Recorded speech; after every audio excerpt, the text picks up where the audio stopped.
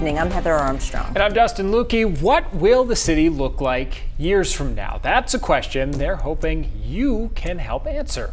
News 19's Colton Emsweiler spoke with those involved in the process on what it will take to answer that question. Forward Crosse, a project that will need the help of the entire community. Residents are free to give opinions on how to change the city from all possible angles, which will have an impact felt decades from now. This comes 20 years after the city's Confluence Plan, and the city hopes to be more diverse this go around. By reaching out to those community leaders of those underrepresented populations to try to figure out a way to engage in those communities more than we ever have in the past. We've kind of have recognized that we haven't had a lot of participation from different demographics and age groups and various communities in our past planning efforts, and we're trying to figure out a way to change that. But the city isn't just going to sit on these issues for years. Some of them are major topics right now.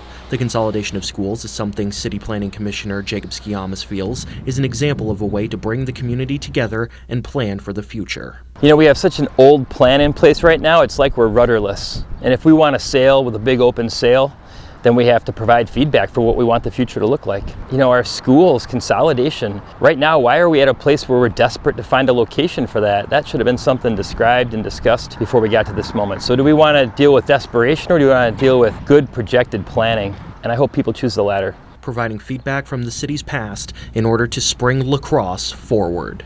Reporting from La Crosse, I'm Colton Emsweiler, WXOW News 19. You heard the call to action there, and there are 4 ways people can contribute to this Forward La Crosse project, including a survey and a vote on what the city should prioritize. For more information on how to make your voice heard, head over to our news app or visit WXOW.com.